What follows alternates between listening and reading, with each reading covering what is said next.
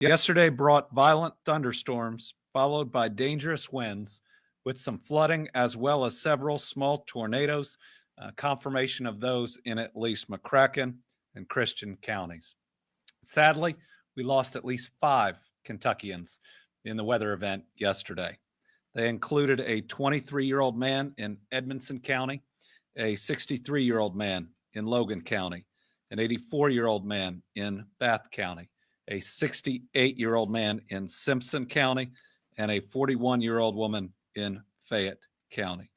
The thunderstorms themselves were followed by wind gusts that reached, in what we have recorded through Kentucky Mesonet, up to 75 miles an hour in Breckinridge County, 73 miles an hour in Mercer, 72.4 miles an hour in Fayette County, 72.3 miles per hour in Fulton County, 71.3 miles per hour in Taylor County, 71 miles an hour in Simpson County, 70.7 miles per hour in Shelby County, 70.7 miles an hour in Mason County, and a recorded 70-mile-an-hour gust here in Franklin County that caused some significant damage.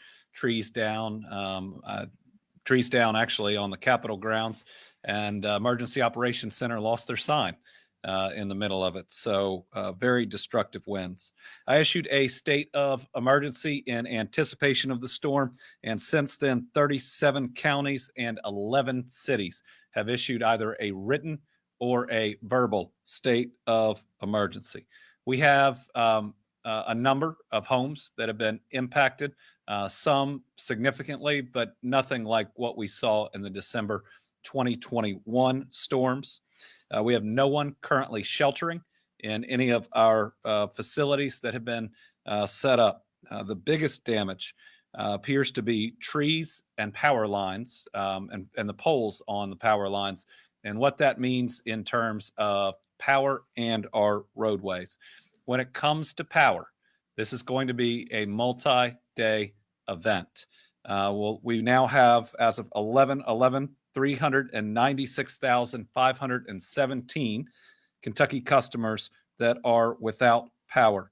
Utility partners are working quickly to restore services, but this may take some time. This is very significant, widespread damage throughout Kentucky. It is multiple utility providers that are working, and it's going to take at least days to get power up in some places. The Red Cross is doing a preliminary report to review shelter needs, but again, most people seem to be finding shelter with relatives or others that have power. We're not hearing of large numbers of displaced people, but there are some. We're working to help those folks as needed.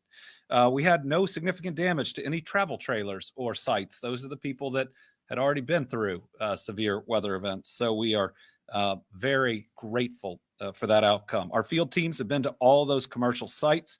We have completed checks on the private sites.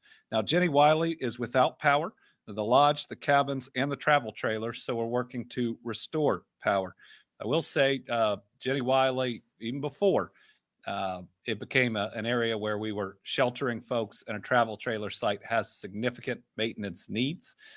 We hope the General Assembly will come through with that funding, which is in front of them. The loss of power at Jenny Wiley does not impact water availability or the function of any travel trailer, but our teams are still doing door-to-door checks. Now, when power is off, it can have a significant impact on water and water systems. So right now, 1,874 Kentuckians are under a boil water advisory.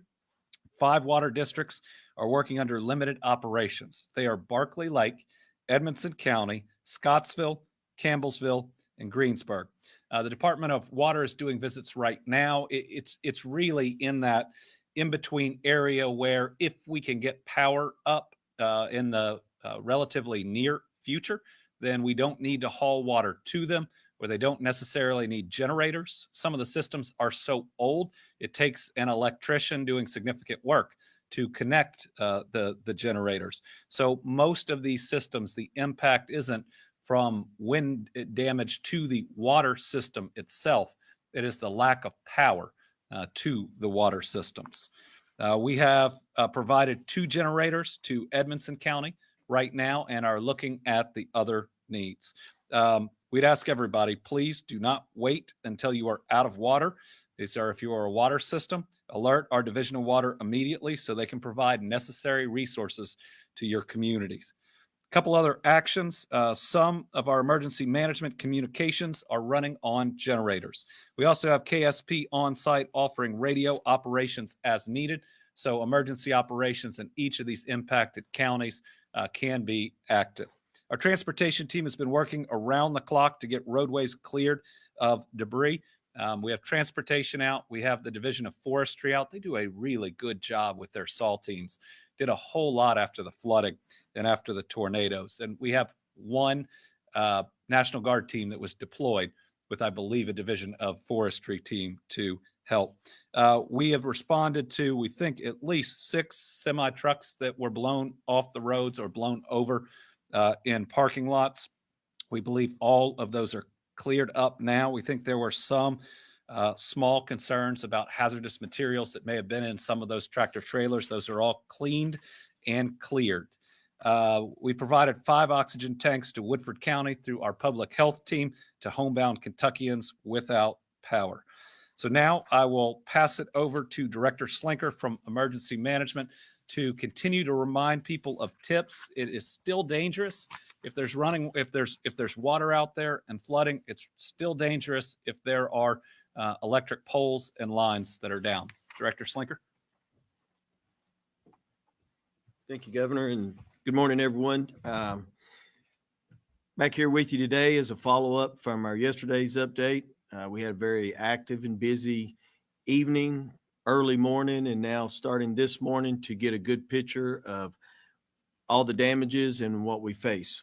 But what we do see is definitely those things that may be safety issues. So again, mentioning that power is one of our major issues, there may be some folks that are running off of generators. Always remember what we emphasize. Do not use a generator indoors. If you use a generator indoors, then that can cause illness or death. So please be safe if you're running off a generator power. Also, power lines. As mentioned, countless numbers of poles and lines are down, trees laying across them. Always assume they're hot. Never assume they're not. Always assume they're hot. Don't touch them. Don't cross them. Don't go around them. Call your power company and report it. If it has any significant concerns like fire or any sparks going with it, call 911 and notify local first responders to come out and help you. And we still have areas that are experiencing some high water. So we do have some water over the roadways. Turn around, don't drown. Just don't do it. Don't go through it. It's not worth the risk. We've got a few clear sky days. Things are going to get better. Power's going to come back on. The repairs are going to be made and the water will recede. So give it time and be safe. Thank you.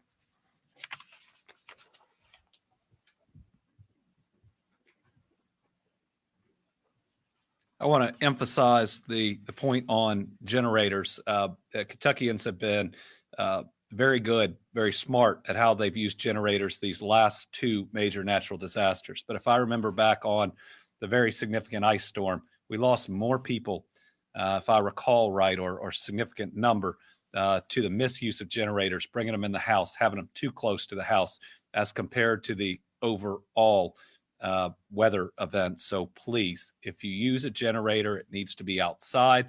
It needs to be far enough away from the house. We've already lost 5 people. We don't want to lose any more. Also, remember that we may still lose some trees. The ground is very soggy, very wet. The wind has pushed a lot of them. So please be careful around ones that are leaning, especially where some of the root system has started to come up. And then here's a slide on water and power lines. So again, just treat every single one like it's live and like it's dangerous. All right, we'll open it up to a few questions. We've got Tom Latek in person. All right, thank you, Governor, and good morning. In the interest of possible prevention for future events. If anything more under the circumstances of the deaths of the 5 people, other than the car, the tree fell on a car, any other circumstances there that's something that could be preventable? And also, I guess another word of wisdom is, or words, is to not go looking around at the damage so we don't have an incident like in Western Kentucky with the gentleman from California. Um, Tom definitely added another piece that if try not to go to areas with significant damage just to see them. You can either get in a dangerous situation, or you can get in the way of those that are trying to clean it up and make it safe. We always want to let the professionals do their job and not impede them. And in this instance, that's going to be a whole lot of people that are trying to get power back up. So also make sure you slow down on the roads as you see power crews. Those ought to be our best friends at the moment. We want all of them healthy and safe and getting the job done. And remember, they want to get home to a family just like you do. We'll have a chance to review the event and the deaths as we proceed in the days and weeks, and hopefully there will be some additional lessons learned. But I am convinced when we saw this move through, what it could be. I mean, actually, I could feel the walls moving here in Franklin County when some of those wind gusts came through. This would have been a whole lot worse if everybody hadn't followed advice, which I think they did, got off the roads. We got people out of the Capitol and our government buildings early, and I know businesses did that too. In the end, the fewer people we have on the roads outside their home, outside of the safest place they can be, if we can minimize those that are out during these weather events, then that's the safest we can be. Any damage to the dome? I haven't had any reports of damage to the scaffolding. It took them a long time to get that up. It appears they put it on pretty well. We got Karen Czar on virtually. Thank you, Governor. Are there any areas that you would advise against travel today if people do need to get out? And then you mentioned the one National Guard unit with transportation. Is that the only unit that needed to be deployed? Thank you.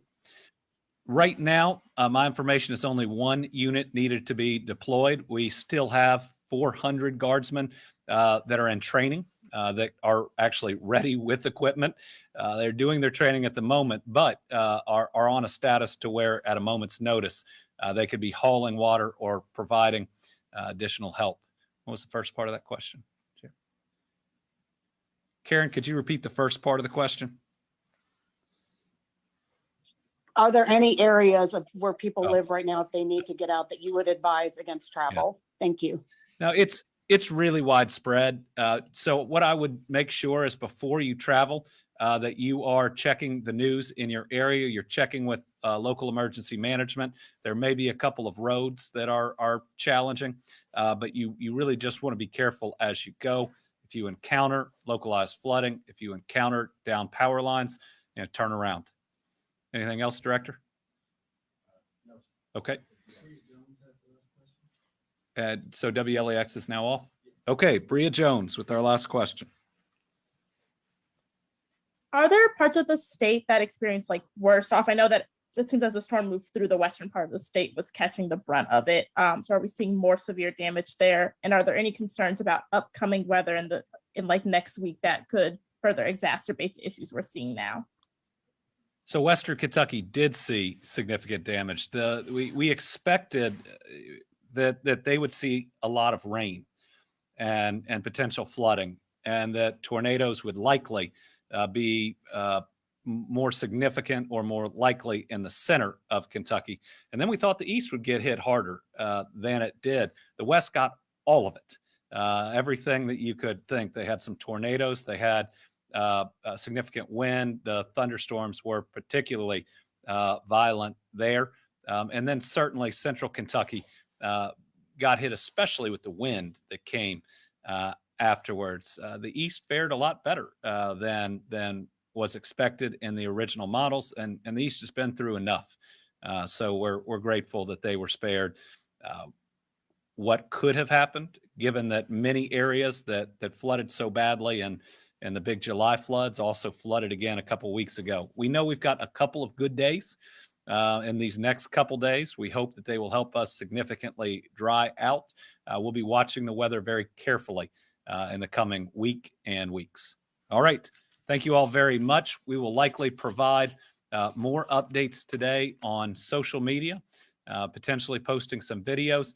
But again, as long as people are careful, right? As long as people are careful about flooded roadways and about down power lines, that this will become an event that's primarily moving forward based on restoring power, how quickly we can do it, and whether that will have an impact on water systems. So we'll be giving those updates as we go.